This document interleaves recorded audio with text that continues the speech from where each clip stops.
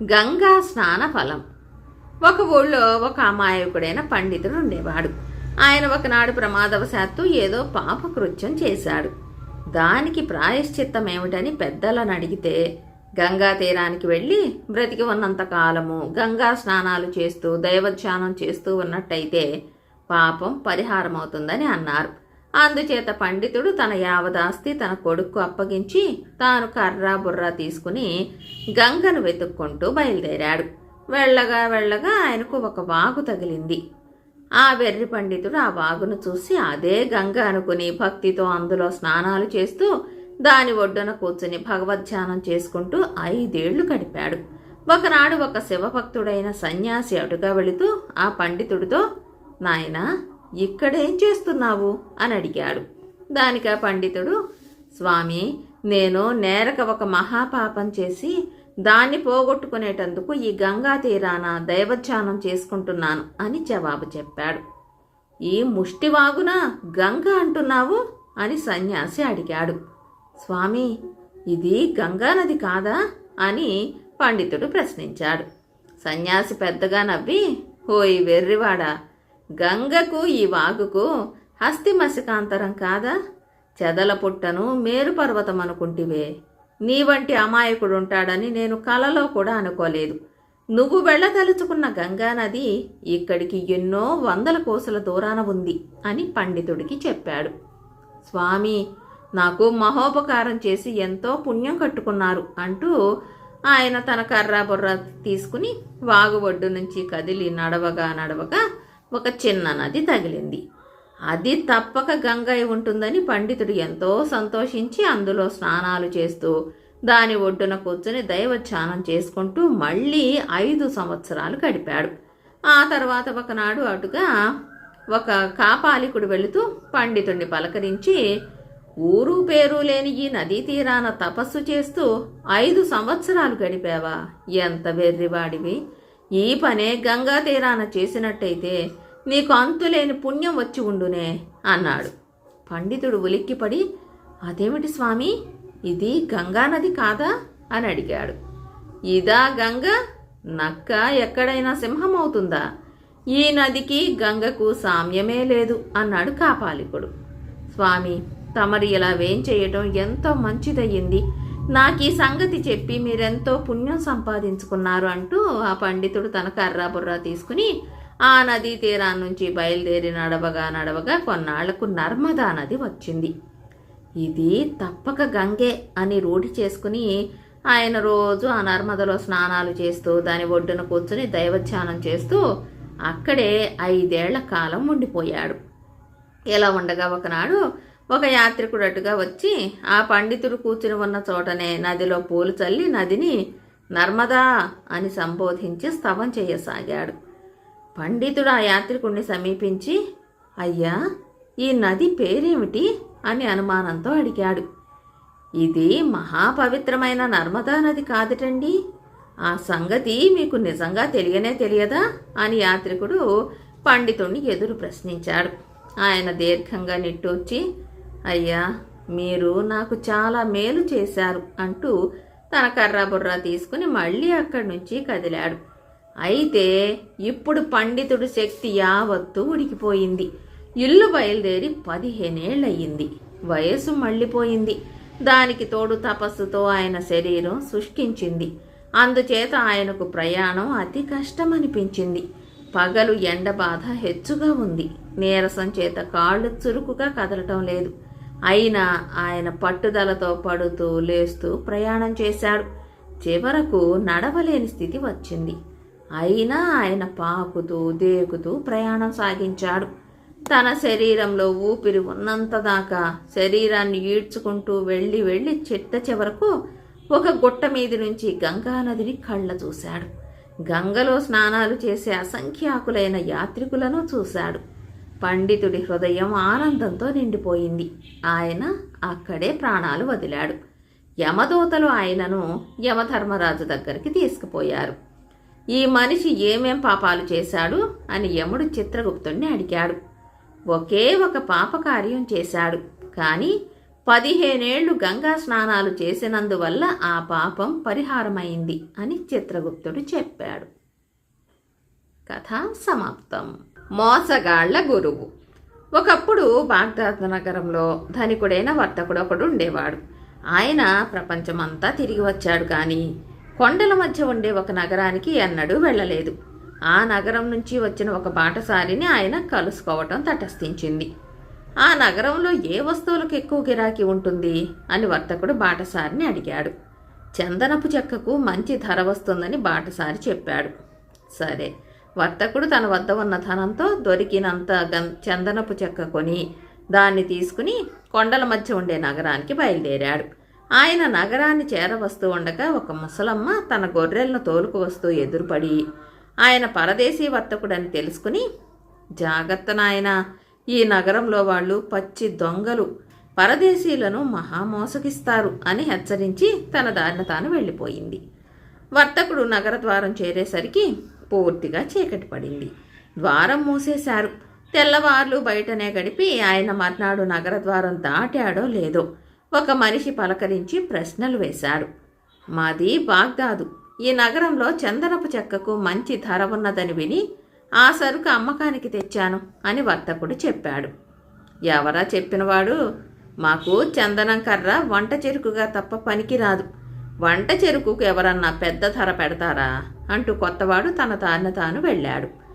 ఈ మాట కూడా నిజమో అబద్ధమో వర్తకుడు తేల్చుకోలేకపోయాడు. ఆయన తన సరుకుతో సహా ఒక పూటకోళ్ల ఇంటికి వెళ్ళి అక్కడ బస తీసుకున్నాడు. తర్వాత ఆయన ఆ ఇంటి ఆవరణలోకి రాగా ఒక వింత దృశ్యం కనిపించింది. నగర ద్వారం వద్ద తనను పలకరించినవాడు మరొకడు కలిసి ఆరు బయట పొయ్యి పెట్టి మంట చేస్తున్నారు. వాళ్ళు వంట చెరుకుగా వాడుతున్నవి చందనపు కర్రలే. ఇది చూడగానే వర్తకుడి గుండె జారిపోయింది. ఆ మనిషి చెప్పింది నిజమే. ఈ నగరంలో చందనాన్ని వంట చెరుకుగా వాడతారు. తన సరుకంతా అమ్మినా కొద్దిపాటి వెండి తప్ప రాదు. వర్తకుడు దగ్గరికి వచ్చాక ఆ మనుషులు, మీ సరుకు అమ్ముతారా అని అడిగారు. దానికి ఏమిస్తారు అని వర్తకుడు అడిగాడు. అదే బరువు గల సరుకు మీరు ఏదడిగినా ఇస్తాం అన్నారు వాళ్ళు. అందుకు సమ్మతించి వర్తకుడు తాను తెచ్చిన చందనం కర్రల కట్టెలు వాళ్ళకి ఇచ్చేశాడు. తర్వాత ఆయన నగరం చూడటానికి బయలుదేరాడు. దారిలో ఒక ఒంటి కన్నువాడు ఆయనను సమీపించి చెయ్యి గట్టిగా పట్టుకుని, ఇడుగో నా కన్ను పోగొట్టినవాడు, ఈసారి తప్పించుకుపోలేవులే అని కేకలు పెట్టాడు. నలుగురు చుట్టూ మోగారు. నువ్వెవరో నేను ఎరగను. ఈ క్షణం దాకా నిన్ను చూడనైనా లేదు. నేను ఈ ఊరికి రావటం ఇదే మొదటిసారి. నీ కన్ను నేను పోగొట్టానంటావేమిటి అని వర్తకుడు ఆశ్చర్యంగా అడిగాడు, విడిపించుకోవడానికి ప్రయత్నిస్తూ. కానీ చుట్టూ మోగిన వాళ్ళు ఒంటి కన్నువాడి పక్షమై వర్తకుడు వాడికి పరిహారం ఇవ్వాలని నిర్ణయించారు. ఆ సంగతి రేపు చూద్దామని చెప్పి వర్తకుడు అప్పటికి తప్పించుకున్నాడు. అయితే ఈ రద్దీలో వర్తకుడి కాలి చెప్పులలో ఒకటి తెగిపోయింది. ఆయన దాన్ని ఆ సమీపంలోనే ఉన్న చెప్పులు బాగు చేసేవాడికి ఇచ్చి బాగు చేయమన్నాడు. ఏమిస్తారు అని చెప్పులు బాగు చేసేవాడు అడిగాడు. నిన్ను సంతోషపెడితే సరికదా అని అన్నాడు వర్తకుడు. అందుకు చెప్పులు బాగు చేసేవాడు సమ్మతించాడు. ఒక కాలికి చెప్పు లేకుండా నడవటం కష్టం గనక వర్తకుడు ఆ సమీపంలోనే ఎవరో జోదమాడుతూ ఉంటే వినోదం చూస్తూ నిలబడ్డాడు. కొద్దిసేపు గడిచాక పక్కన నిలబడిన మనిషి వర్తకుడిని కూడా పందాలు ఖాయమన్నాడు. వర్తకుడు జోదమాడి కాసేపట్లోనే అక్కడి జోదర్లకు అందరికీ బాకీ పడ్డాడు. ఆయనను జోదంలోకి దించిన మనిషి, సముద్రంలో నీరంతా తాగుతావా లేక నీకున్నదంతా మాకు ఇచ్చుకుంటావా, ఏదో ఒకటి నిర్ణయించుకో అన్నాడు. రేపటిదాకా గడివిస్తే నిర్ణయించుకుంటాను అని చెప్పి వర్తకుడు తన దుస్థితి తలుచుకుని విచారపడుతూ వీధుల వెంట నడవసాగాడు. ఆయనకు ఒకచోట ముసలమ్మ మళ్ళీ ఎదురయ్యింది. వర్తకుడి ముఖం చూడగానే ఏదో జరిగిందని ఆమెకు తెలిసిపోయింది. ఆయన ఆమెతో తన అనుభవాలన్నీ పోసగుచ్చినట్లు చెప్పాడు. అంతా విని ఆమె, చూసావా నాయనా, ఈ నగరపు మనుషులు వట్టి పాపిష్టి వాళ్ళు. నేను ముందే చెప్పినా నువ్వు వారి మోసానికి గురయ్యావు. ఈ నగరంలో చందనపు కట్టకు 10 బంగారు మోడల్ ధర ఉంది. నీ దగ్గర ఉన్న చందనమంతా అమ్మితే అంతులేని బంగారం రావలసింది. అయిందేదో అయింది. ఇప్పుడైనా నేను చెప్పినట్టు చేశావంటే నీకు జరిగిన అన్యాయం కొంతవరకైనా సరికావచ్చు. చీకటి పడే వేళకు నగర ద్వారం వద్దకు వెళ్ళావంటే అక్కడ నిర్జన ప్రదేశంలో ఒక గుడ్డి సాధువు కనిపిస్తాడు. నిజానికి వాడు సాధువు కానే కాడు. వాడు ఈ నగరంలో ఉండే మోసగాళ్ళకందరికీ గురువు. చీకటి పడ్డాక మోసగాళ్ళు వచ్చి వాడి దగ్గర సలహాలు పుచ్చుకుని తాము చేసిన మోసాలన్నీ వాడికి చెప్పి వెళతారు. నువ్వు రహస్యంగా వాళ్ళ సంభాషణ ఆలకిస్తే కొంత లాభించవచ్చు అన్నది. ఇంకా చీకటి పడక మునిపే వర్తకుడు నగర ద్వారం కేసి వెళ్ళాడు. ద్వారం వెలుపల ఒక గుడ్డి సాధువు ఆ ముసలమ్మ చెప్పినట్టే ఒక రాతిని ఆనుకుని సమాధిలో ఉన్నట్టుగా కూర్చుని ఉన్నాడు. వర్తకుడు చప్పుడు చేయకుండా వెళ్ళి ఆ రాతి వెనక దాగాడు. చీకటి పడగానే నగరంలోని మోసగాళ్ళు ఒక్కొక్కరే భక్తుల్లాగా వచ్చి సాధువు ముందు కూర్చుని తాము చేసిన మోసాలు నివేదించసాగారు. వారిలో వర్తకుడిని మోసగించిన 4 ఉన్నారు. ఒక్కొక్కరు చేసిన మోసమే విన్నాక సాధువు వారి తెలివితేటలను విమర్శిస్తూ వచ్చాడు. ఆ విమర్శలన్నీ వర్తకుడు వింటున్నాడు. మోసగాళ్లలో ఒకడు, స్వామి, ఇవాళ ఒక పరదేశీ వర్తకుడి దగ్గర అతి చౌకగా చందనం కొన్నాను అన్నాడు. ఏ ధరకు కొన్నావు అని సాధువు అడిగాడు. చందనం బరువు గలది, వర్తకుడు ఏదడిగినా ఇచ్చే షరతు మీద కొన్నాను అన్నాడు మోసగాడు. వర్తకుడికే లాభం అన్నాడు సాధువు. అదేమిటి స్వామి, ఆ వర్తకుడు చందనం ఎత్తు బంగారం అడిగినా నాకే లాభం కదా అన్నాడు మోసగాడు. అవును, కానీ వాడు ఆ చందనం ఎత్తు ఏగలను ఇవ్వమని, అందులో సగం ఆడవి సగం మగవి ఉండాలని అంటే నీ గతి ఏమవుతుంది అన్నాడు సాధువు. మోసగాడు దిగులు పడి వెళ్ళిపోయాడు. తర్వాత ఒంటి కన్నువాడు ముందుకు వచ్చి, స్వామి, ఇవాళ ఒక పరదేశీ వర్తకుడిని మోసగించాను. నా కన్ను ఇతనే పోగొట్టాడని ఫిర్యాదు చేశాను. నాకు ఆ మనిషి తన కన్నైనా ఇవ్వాలి, లేదా తనకున్నదంతా ఇవ్వాలి అన్నాడు. నీవు మూర్ఖుడివి. ఆ వర్తకుడు నిన్ను సులువుగా టోపీ వేసేస్తాడు. నువ్వు చెప్పేది నిజమని రుజువు చేయడానికి నీ కన్నొకటి తన కన్నొకటి త్రాసులో వేసి తూచి సమంగా ఉంటే నీ మాట నమ్ముతానంటాడనుకో, నీ గతి ఏమవుతుంది? నీకు 2వ కన్ను కూడా పోయి గుడ్డివాడివవుతావు. అతనికి ఇంకా ఒక కన్ను మిగిలే ఉంటుంది అన్నాడు సాధువు. ఒంటి కన్నువాడు మండిపడుతూ వెళ్ళిపోయాడు. తర్వాత చెప్పులు కుట్టేవాడు సాధువుతో, స్వామి, ఒక పరదేశివాడు ఇవాళ నా చేత చెప్పు బాగు చేయించుకుని నన్ను సంతోషపెడతానన్నాడు. వాడి దగ్గర ఉన్నదంతా కాజేస్తాను అన్నాడు. నీకు కొంచెం కూడా బుద్ధి లేదు. ఆ వర్తకుడు నీకు రాగి డబ్బు కూడా ఇవ్వడు. వాడు నీతో ఏమంటాడంటే, మన సుల్తాను గారి శత్రువులంతా సర్వనాశనమైపోతారు, ఆయనను ఎదిరించేవాడు ప్రపంచంలో లేడు. ఈ మాట విని నీకు సంతోషమైందా అంటాడు. సంతోషమైందని చచ్చినట్టు అంటావు. అనకపోతే రాజభటులు నిన్ను చిత్రవధ చేస్తారు అన్నాడు సాధువు. చెప్పులు కుట్టేవాడు గోణుక్కుంటూ వెళ్ళిపోయాడు. తర్వాత జోతగాడు ముందుకు వచ్చి, స్వామి, ఇవాళ ఒక పరదేశిని జోదంలో ఓడించాను. వాడు సముద్రంలో ఉన్న నీరంతా తాగాలని, లేకపోతే తనకున్నదంతా నాకిచ్చేయాలని షరతు పెట్టాను అన్నాడు. ఆ మనిషి నీకు చిల్లిగవ్వ ఇవ్వడు. సముద్రంలో ఉండే నీరంతా నీ దోసిట్లో పట్టి తెస్తే తాగుతానన్నాడనుకో, నీ గతేమిటి అన్నాడు సాధువు. ఈ సంభాషణలన్నీ వర్తకుడు విని ఉన్నాడు గనక మర్నాడు తనను మోసగించిన 4 సులువుగా మోసగించాడు. చందనమెత్తు ఏగలను, అందులోనూ సగం ఆడవి సగం మగవి ఉండేటట్టు ఇవ్వలేక మొదటి మోసగాడు చందనం కట్టకు 10 బంగారు మాడల వంతున ధనమెచ్చుకున్నాడు. అదేవిధంగా మిగిలిన 3 ఆయనకు సమాధానం చెప్పలేక క్షమాపణలు చెప్పుకుని తమ దారిన తాము వెళ్ళారు. వర్తకుడు తనకు రావలసిన ధనమంతా వసూలు చేసుకుని నగరమంతా వెతికి ఆ ముసలమ్మను పట్టుకుని ఆమెకు కొంత బంగారం బహుమానంగా ఇచ్చి ఇక జన్మలో ఆ నగరంలో అడుగు పెట్టకూడదనుకుంటూ బాగ్దాదుకు తిరిగి వెళ్ళిపోయాడు. కథ సమాప్తం. బేదవాడి అదృష్టం. ఒక ఊళ్ళో ఒక రైతు ఉండేవాడు. అతను అతని భార్య ఎంతో ధర్మబుద్ధి కలవాళ్ళు. అయితే వారికి గంపెడు పిల్లలు ఉండటం చేత భార్యాభర్తలిద్దరూ ఒళ్ళు విరుచుకుని పనిచేసినా అందరి పొట్టలు నిండటానికి గంజి తప్ప మరేమీ ఉండేది కాదు. ఏ పూటైనా సంకటి తింటే ఆ పూట వారికి విందే. ఎంతగా తిండికి కటకట పడుతున్నా ఆ రైతు దంపతులు ఆకలి కొని వచ్చిన వారికి ఎన్నడూ లేదని ఎరగరు. తాము తాగే గంజిలోనే అతిథికి కూడా ఎంతో ప్రేమగా ఇంత పోసేవారు. ఒకనాడు వాళ్ళందరూ భోజనానికి కూర్చున్న సమయంలో ఒక బికారి ఆకలితో మలమల్లాడుతూ వచ్చాడు. రైతు, అతని భార్య తాము తాగబోతున్న గంజిలో నుంచి సగం సగం తీసి ఆ బికారికి పోశారు. కొన ప్రాణంతో ఉన్నట్టు కనిపించిన ఆ బికారి ఆ గంజి తాగి అమృతం తాగిన వాడిలాగా కోలుకున్నాడు. అతని ముఖానికి ఒక కళ వచ్చింది. అతను రైతుతో, మీ దంపతుల వంటి పుణ్యాత్ములను నేనెక్కడా చూడలేదు. మీరు గంజి చేసుకునే చట్టి పట్టుకురండి, దానిని అక్షయ పాత్రగా మారుస్తాను అన్నాడు. రైతు భార్య తమ చట్టిని తెచ్చి బికారికి ఇచ్చింది. అతను దాన్ని చేత పట్టుకుని ఏదో మంత్రాలు చదివి దానిపై మూకుడు ఉంచి, ఇక మీరు తిండికి వాచిపోనవసరం లేదు. రాజుగారి వంటశాలలో తయారయ్యే ప్రతి వంటకము ఈ చట్టిలో మీకు దొరుకుతుంది అని చెప్పి ఆ క్షణంలోనే లేచి బయటికి వెళ్ళిపోయాడు. రైతు దంపతులు ఈ బికారి మాటలు నమ్మలేదు కానీ వాటిని ఒక ఆశీర్వాదంగా మటుకు భావించారు. అయితే ఆ రాత్రి రైతు భార్య గంజి కాయటానికి చట్టి మీది మూకుడు ఎత్తేసరికి కమ్మని వాసనలు వెదజల్లుతూ చట్టి నిండుగా వంటకాలున్నాయి. అందరూ ఎక్కువగా తిన్నప్పటికీ అవి తరగలేదు. అది నిజంగా రాజభోజనమే.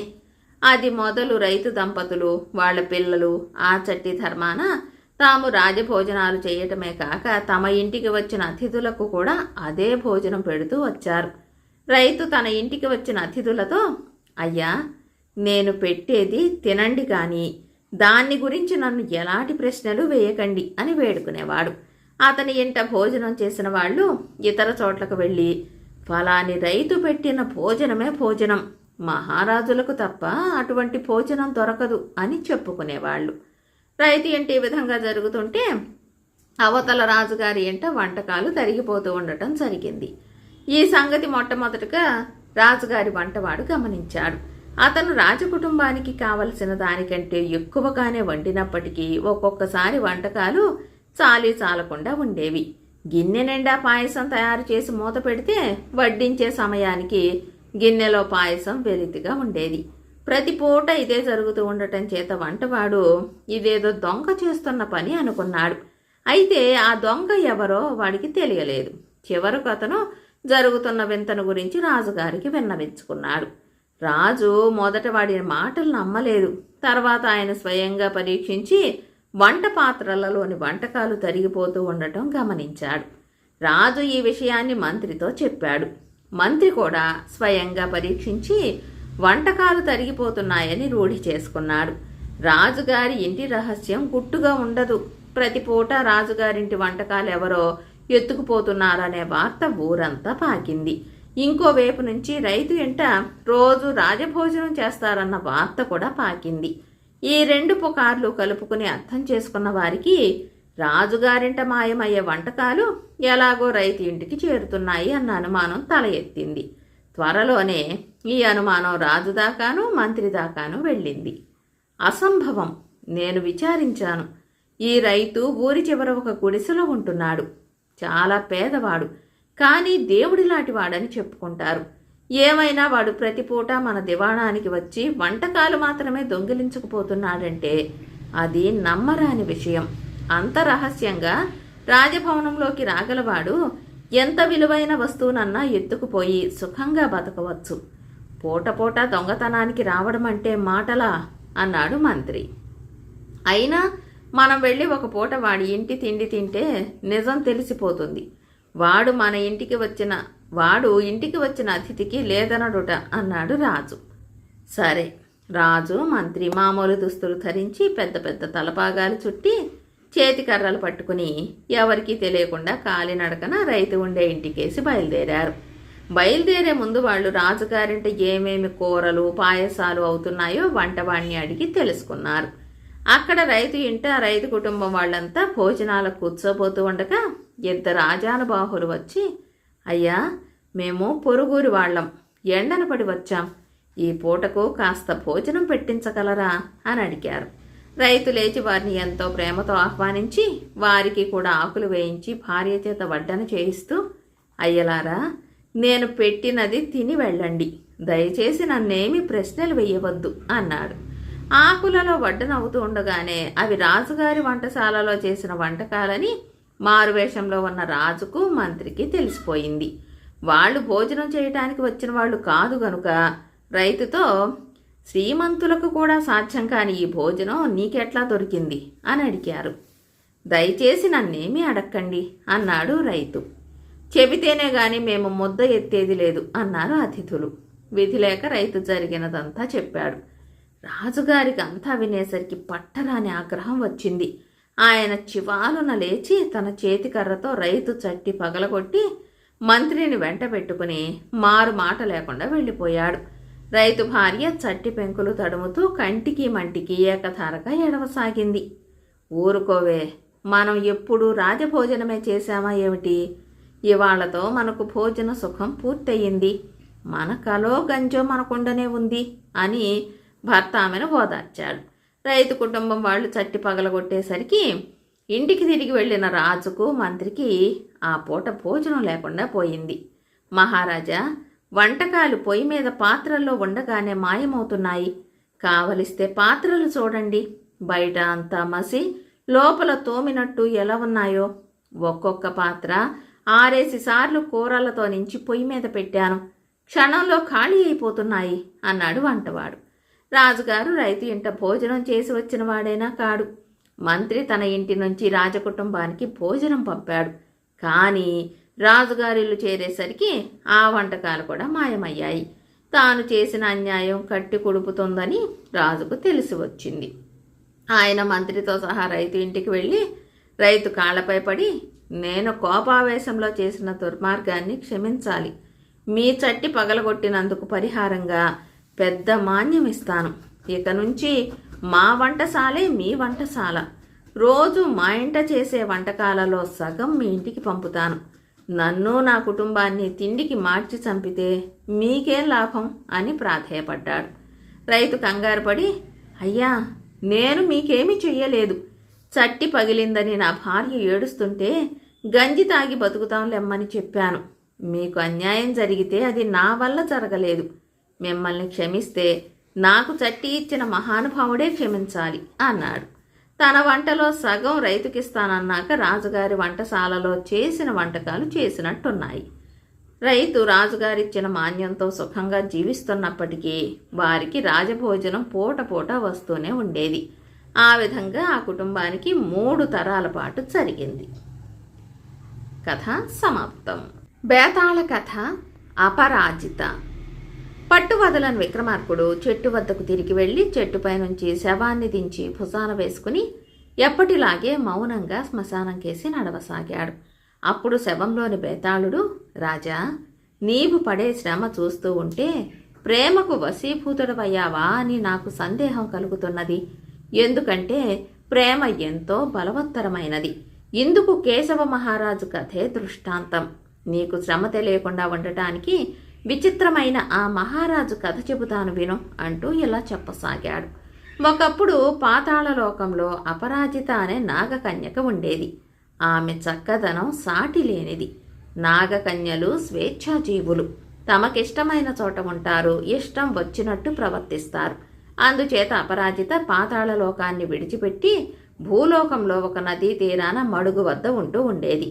ఆ మడుగులో చంద్రకాంత శిలలున్నాయి. ఆమె ఆ శిలలపై కూర్చుని మడుగులో ఉండే తన పెంపుడు చేపతో ఆడుకునేది. మడుగులో గీతలు కొట్టేది. మడుగు ఉండే ప్రదేశం కాస్త మరుగుగా ఉండేది. ఎందుకంటే దాని చుట్టూ దట్టమైన పొదలున్నాయి. అందుచేత ఆ మడుగు ఛాయలకు ఎవ్వరూ వచ్చేవారు కారు. ఇతరుల కళ్ళపడటం ఇష్టం లేని అపరాజితకు అక్కడ ఎంతో సౌఖ్యంగా ఉండేది. అపరాజిత ఉండే మడుగుకు కొంత దూరంలో ఒక నగరం ఉండేది. ఆ నగరానికి కేశవుడు రాజు. ఆయన అందం వర్ణనాతీతం. అపర మన్మధుడు. కాని ఆయనకు ఆడవాళ్లంటే ద్వేషం. ఈ ద్వేషానికి కారణం లేకపోలేదు. కేశవుడి తండ్రికి ఎందరో భార్యలు ఉండేవారు. వారందరూ ఆయనను ఏదో విధంగా వంచారు. వారి మీది కోపం కొద్దీ ఆయన తన కొడుకైన కేశవుడికి స్త్రీ ద్వేషం రంగరించిపోశాడు. అది కేశవుడి నరనరానికి పట్టిపోయింది. అందుచేతనే కేశవుడు యుక్త వయస్కుడై ప్రతి స్త్రీ మనసును ఆకర్షించినప్పటికీ ఒక్క ఆడది కూడా అతని మనసును ఆకర్షించలేకపోయింది. కేశవుడు పాలించే నగరంలోనే కామరూపుడనేవాడు ఉండేవాడు. వాడి పేరుకు విరుద్ధంగా ఉండేది వారి ఆకారం. మెల్లకన్ను, సొట్టకాలు, గూనీ కలిగి కామరూపుడు పగలు చూస్తే రాత్రి కలలోకి వచ్చేటంత భయంకరంగా ఉండేవాడు. ఈ కామరూపుడు ఒకనాడు అడవిలో సంచరిస్తూ తలవని తలంపుగా అపరాజిత ఉండే మడుగు వద్దకు వచ్చాడు. అపరాజితను చూడగానే వాడికి ఆమెపై వెర్రి మోహం కలిగింది. అపరాజిత మటుకు వాడి వికారాకారం చూసి రోతపడి, పో, నా కళ్లకు కనపడకు, నా ఎదుటి నుంచి పో అంటూ వాడిని తరిమేసింది. వాడు మతిపోయిన వాడిలాగా అయిపోయి నగరానికి చేరుకున్నాడు. ఇది జరిగిన కొద్ది రోజులకే కేశవ మహారాజు వేటకు బయలుదేరి వెళ్ళి తిరిగి వస్తూ తన పరివారాన్ని వెనక విడిచి అతి వేగంగా అరణ్య మార్గాన అపరాజిత ఉండే మడుగు సమీపించి చలవరాళ్లపై బోర్లా పడుకుని తన పెంపుడు చేపతో ఆడుకుంటున్న నాగకన్యను చూశాడు. ఎవరో తన రహస్య స్థలం ప్రవేశించారని గ్రహించి నాగకన్య లేచి కూర్చున్నది. అపరాజిత, కేశవ మహారాజు ఒకరి సౌందర్యాన్ని ఒకరు చూసి దిగ్భ్రాంతులయ్యారు. ఆ క్షణంలోనే అపరాజిత కేశవుణ్ణి ప్రేమించింది. ఆమె స్వేచ్ఛాజీవి కావటం చేత తన ప్రేమను దాచక అతనితో చెప్పేసి అతన్ని ఆలింగనం చేసుకోవటానికి కూడా ప్రయత్నించింది. కేశవుడు ఆమెను తోసేసి, ఆడవాళ్లు మాయావినులు, వారి స్పర్శ పాము కాటులాంటిది, నేను స్త్రీల మాయలకు లోబడేవాణ్ణి కాను అంటూ మడుగు చుట్టూ ఉన్న పొదలు దాటి వచ్చేశాడు. ఆ సమయానికే పరివారం కూడా వచ్చింది. రాజు వారితో కలిసి నగరానికి వెళ్ళిపోయాడు. అయితే అతనిలో పెద్ద మార్పు వచ్చేసింది. కేశవుడు అపరాజిత ప్రేమనైతే తృణీకరించాడు గాని ఆమె సౌందర్యం ఆయనను పూర్తిగా వశపరుచుకుంది. వేటకు వెళ్ళి వచ్చింది మొదలు రాజుగారు అన్నం ముట్టడు, కన్ను మూయడు, మంత్రులతో మంతనాలు చెయ్యడు, మతిపోయిన వాడిలాగా ఉన్నాడు. రాజుగారికి గాలో దయ్యమో భూతమో సోకిందన్నారు మంత్రులు. వైద్యులను, భూత వైద్యులను, మంత్ర వైద్యులను రప్పించి చికిత్సలు చేయించారు. ఈ చికిత్సలు రాజుగారి మీద కొంచెం కూడా పారలేదు. కేశవ మహారాజును పీడిస్తున్నది ప్రేమ వ్యాధి అని ఎవ్వరూ తెలుసుకోలేదు. ఆయన అపరాజితను చూసిన సంగతి ఎవరికీ తెలియదు. పోనీ రాజైనా ఈ ప్రేమ జాడ్యానికి లొంగిపోయి ఊరుకున్నాడే గాని తన ప్రేమ సఫలం చేసుకోవడానికి ఎలాంటి యత్నమూ చేయలేదు. అపరాజిత కూడా ప్రేమకు గురయ్యింది. కానీ ఆ ప్రేమను సఫలం చేసుకునేటందుకు అవసరమైన పథకం ఆమె తయారు చేసుకుంది. ఆమె మడుగులో దూకి పాతాళలోకానికి వెళ్ళి తన తండ్రిని కలుసుకుని, నాన్న, నాకు పరకాయ ప్రవేశ మంత్రం చెప్పు అని అడిగింది. నాగరాజు తన కూతురికి 2 మంత్రాలు చెప్పాడు. ఒకటి శరీరాన్ని వదిలిపెట్టడానికి, రెండవది శరీరంలో తిరిగి ప్రవేశించడానికి. ఈ 2 మంత్రాలు కంఠస్థం చేసుకుని వాటి ద్వారా తన ప్రేమను ఏ విధంగా సఫలం చేసుకోవాలో ఆలోచించుకుని అపరాజిత తన మడుగు వద్దకు తిరిగి వచ్చింది. ఈ లోపల కామరూపుడు నాగకన్యను తలుచుకుని యమబాధపడిపోతున్నాడు. ఆ బాధతోనే తాను చావటం తప్పదని వాడికి తోచిపోయింది. అటువంటి అతిలోక సుందరి తన వంటి కురూపిని ఎలాగూ కన్నెత్తైనా చూడదు. కనీసం తానైనా ఆమెను చూస్తూ ఉంటే ప్రాణాలు దక్కుతాయని అనుకున్నాడు. ఈ ఆలోచన రాగానే అతను బయలుదేరి మడుగు వద్దకు వెళ్ళి అక్కడి పొదలలో దూరాడు. నాగకన్యకు తెలియకుండానే ఆమెను చూడాలని కామరూపుడి ఉద్దేశం. అయితే అతను ఒక ఎండు పుల్లపై కాలు వేసేసరికి అది పెళ్ళున విరిగి చప్పుడయ్యింది. అపరాజిత తల ఎత్తి అతన్ని చూసి కిందటిసారిలాగా ఆగ్రహించకపోగా తన వద్దకు రమ్మని అతనికి సైగ చేసింది. ఒక వంక బెదురుతూ మరొక వంక ఆనంద తన్మయుడయుతూ కామరూపుడు నాగకన్యను సమీపించాడు. ఆమె వాణ్ణి చలవరాతి మీద తన సరసన కూర్చోమని, నీకు నాపై ఎంత ప్రేమ ఉన్నదో నేనెరుగుదును, కానీ నీవు కురూపివి, మీ రాజుగారు నవమన్మధుడని విన్నాను. నీవు ఎలాగైనా ఆయన శరీరంలో ప్రవేశించినట్టయితే నేను నిన్ను ప్రేమించగలుగుతాను. నీ ప్రేమ సఫలమవుతుంది. ఇందుకు అవసరమైన మంత్రాలు 2 నేను నీకు చెబుతాను. వాటిని తెలివిగా ఉపయోగించుకునే భారం నీదే అని తన తండ్రి చెప్పిన మంత్రాలు 2 కామరూపుడికి చెప్పేసింది.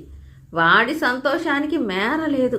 రాజుగారి వ్యాధి ఎంతకు నయం కానందున ఆయనకు చికిత్స చేసిన వారికి ఆయన ఎత్తు బంగారం ఇస్తామని చాటింపు వేశారు. కామరూపుడు రాజుగారికి వ్యాధి నయం చేసే నెపం మీద తన పని పూర్తి చేసుకోవడానికి ఎత్తుగడ వేసి రాజభవనానికి వెళ్ళాడు. మొదట్లో ద్వారపాలకులు అతని మాట నమ్మలేదు కానీ చివరకు అతన్ని లోపలికి వెళ్ళనిచ్చారు. రాజుగారు ఆయన కింది ఉద్యోగులు ఉన్న చోటికి వెళ్ళి కామరూపుడు మొగ్గలు వేసి వికారంగా నృత్యాలు చేశాడు. అక్కడ ఉన్న వారందరితో పాటు రాజు కూడా విరగబడి నవ్వాడు. ఆ తర్వాత కామరూపుడు రాజుగారితో, మహారాజా, మీ పరివారంతో సహా అరణ్యానికి నా వెంట రండి. అక్కడ ఏకాంతంగా మీకొక మహాద్భుతం చూపిస్తాను అన్నాడు. రాజు సరేనన్నాడు. కామరూపుడు అరణ్యంలో రాజును ఒక ఏకాంత స్థలానికి తీసుకుపోయాడు. అక్కడ వారికి ఒక చచ్చిన చిలుక కనిపించింది. మహారాజా, నేను పరకాయ ప్రవేశం చేస్తాను చూడండి అంటూ కామరూపుడు మొదటి మంత్రం చదివి తన శరీరాన్ని వదిలి చిలుక శరీరంలో ప్రవేశించాడు. చిలుక ప్రాణంతో లేచి, చూశారా మహారాజా అని అడిగింది. తర్వాత అది రెండో మంత్రం చదివి చచ్చి పడిపోయింది. అంతదాకా కట్టెలాగా పడి ఉన్న కామరూపుడు లేచి కూర్చున్నాడు. తర్వాత వాడు రాజుతో, మహారాజా, ఇందులో కనికట్టు కానీ మర్మం కానీ ఏమీ లేదు. నేను చదివిన మంత్రాలు చదివితే మీరైనా పరకాయ ప్రవేశం చెయ్యవచ్చు. భయం లేకపోతే ఆ చిలుకలో ప్రవేశించండి అన్నాడు. క్షుద్రుడైన కామరూపుడు తనను అంత మాట అనేసరికి రాజుకు పౌరుషం వచ్చింది. ఆయన రెండు మంత్రాలు కంఠస్థం చేసి మొదటి మంత్రం సహాయంతో తన శరీరం విడిచి చిలుక శరీరంలోకి ప్రవేశించాడు. మరుక్షణమే కామరూపుడు తన శరీరాన్ని విడిచి రాజు శరీరంలో ప్రవేశించి రాజుగారి గుర్రమెక్కి అతివేగంగా పరివారాన్ని కలుసుకుని రాజభవనానికి బయలుదేరాడు. జరిగిన మోసం తెలుసుకుని రాజు చచ్చిన చిలుక శరీరం కంటే వికారంగా ఉన్న కామరూపుడి శరీరమే నయమనుకుని అందులో ప్రవేశించి కాలినడకన తన ఇంటికి బయలుదేరాడు. కానీ రాజభవనంలో ప్రవేశించటం ఆయనకు సాధ్యపడలేదు.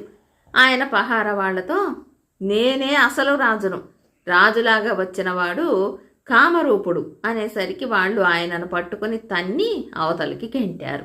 తన పరిస్థితి తలుచుకున్న కొద్దీ రాజుకు మతిపోయింది. తనకు రాజ్యం పోయింది. అసహ్యకరమైన శరీరం సంప్రాప్తమయ్యింది. తనను ఇంత చేసిన దుర్మార్గుణ్ణి తాను ఏమీ చెయ్యలేడు. తాను నిజం చెప్పినా ఎవ్వరూ నమ్మరు. ఇదంతా తలుచుకుంటే ఆయనకు ఇలా బతకడం కంటే మరణం మేలని అనిపించింది. కానీ ఇంతలోనే ఆయనకు నాగకన్య జ్ఞాపకం వచ్చింది. ఆమె ఒకప్పుడు తనను ప్రేమించింది. నాగకన్య కావటం చేత ఆమె వద్ద కొన్ని సిద్ధులు ఉండవచ్చు. తనకు జరిగిన అన్యాయానికి ఆమె విరుగుడు కనిపెట్టవచ్చు. ఈ ఆలోచన రాగానే కామరూపుడి రూపంలో ఉన్న రాజు మడుగు వద్దకు వెళ్ళి అపరాజితతో తన గోడు చెప్పుకున్నాడు. ఆమె అంతా విని, మీరు వెళ్ళి పొదలలో దాక్కోండి. కామరూపుడు మీ శరీరం నుంచి బయటికి వచ్చేటట్టు నేను యుక్తి చేస్తాను. మీరు ఏమరపాటుగా ఉండక అవకాశం దొరకగానే మీ శరీరంలో తిరిగి ప్రవేశించాలి అని చెప్పింది. రాజు వెళ్ళి పొదలలో దాక్కున్న కొద్దిసేపటికి ఆయన శరీరంతో కామరూపుడు వచ్చాడు. ఈ లోపల అపరాజిత మడుగులో నుంచి ఒక చచ్చిన చేపను తెచ్చి చలవరాతి మీద పెట్టుకుని ఏడవనారంభించింది. కామరూపుడు ఆమెను సమీపించి, ఓ సుందరి, నీకు నచ్చే శరీరం ధరించి వచ్చాను. ఇక నన్ను ప్రేమించు అన్నాడు. నీవు తక్షణం వెళ్ళిపో. నాకు తల్లిలాగా ఉండే చేప కాస్త చనిపోయింది. నేను పుట్టెడు దుఃఖంలో ఉన్నాను అన్నది అపరాజిత. చేప కోసం నన్ను వదులుకుంటావా అన్నాడు కామరూపుడు. ఈ చేప అనుమతి లేకుండా నేను ఎన్నడూ ఏ పని చెయ్యలేదు అంటూ అపరాజిత పెద్ద శోకం పెట్టింది. నీకు కావలసింది చేప అనుమతి అయితే అది నా చేతిలో పనే అంటూ కామరూపుడు మంత్రం జపించి రాజు శరీరం విడిచి చేప శరీరంలో ప్రవేశించి, అమ్మాయి, నీవి రాజును నిశ్చింతగా పెళ్ళాడు అన్నాడు. చేప ఇంకా మాట్లాడుతూ ఉండగానే రాజు పొదల మధ్యన కామరూపుడి శరీరం వదిలేసి తన శరీరంలో ప్రవేశించాడు. అపరాజిత పరమానందంతో, ఆహా, నా తల్లి పలికింది, నేను రాజును పెళ్ళాడతాను అన్నది. రాజు కూడా సంతోషంగా సమ్మతించాడు. కామరూపుడు తన పొరపాటు గ్రహించి చేప శరీరాన్ని వదిలి తన శరీరంలో ప్రవేశించాడు. రాజు వాణ్ణి చంపటానికి సిద్ధపడ్డాడు. కానీ అపరాజిత వారించింది.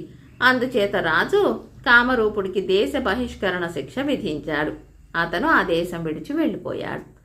బేతాళుడు ఈ కథ చెప్పి, రాజా, స్త్రీ విముఖుడైన రాజు చివరకు నాగకన్యను పెళ్లాడటానికి ఎందుకు ఒప్పుకున్నాడు? ఆమె మూలంగా తనకు రాజ్యం తిరిగి వచ్చిందనా, లేక ఆమె మీది ప్రేమ చేతనా? ఈ ప్రశ్నకు సమాధానం తెలిసి కూడా చెప్పకపోయావో నీ తల పగిలిపోతుంది అన్నాడు. దానికి విక్రమార్కుడు, రాజుకు అపరాజిత చేసిన నిజమైన మహోపకారం అతని శరీరాన్ని అతనికి తిరిగి వచ్చేటట్టు చేయటం. ప్రతి ప్రాణి తన శరీరాన్ని అన్నిటికన్నా అధికంగా ప్రేమిస్తుంది. ఏ ప్రేమ కూడా దానితో సమానం కాదు. రాజు నాగకన్యను ప్రేమించి ఉండవచ్చు, రాజ్యం పోయిందని విచారించి ఉండవచ్చు, కానీ తన శరీరాన్ని తిరిగి సంపాదించటం కన్నా ఆయనకు గొప్ప ఆనందం మరేది ఉండబోదు అన్నాడు. రాజుకి ఈ విధంగా మౌనభంగం కలగగానే బేతాళుడు శవంతో సహా మాయమై తిరిగి చెట్టెక్కాడు. కథ కంచికి మనమింటికి.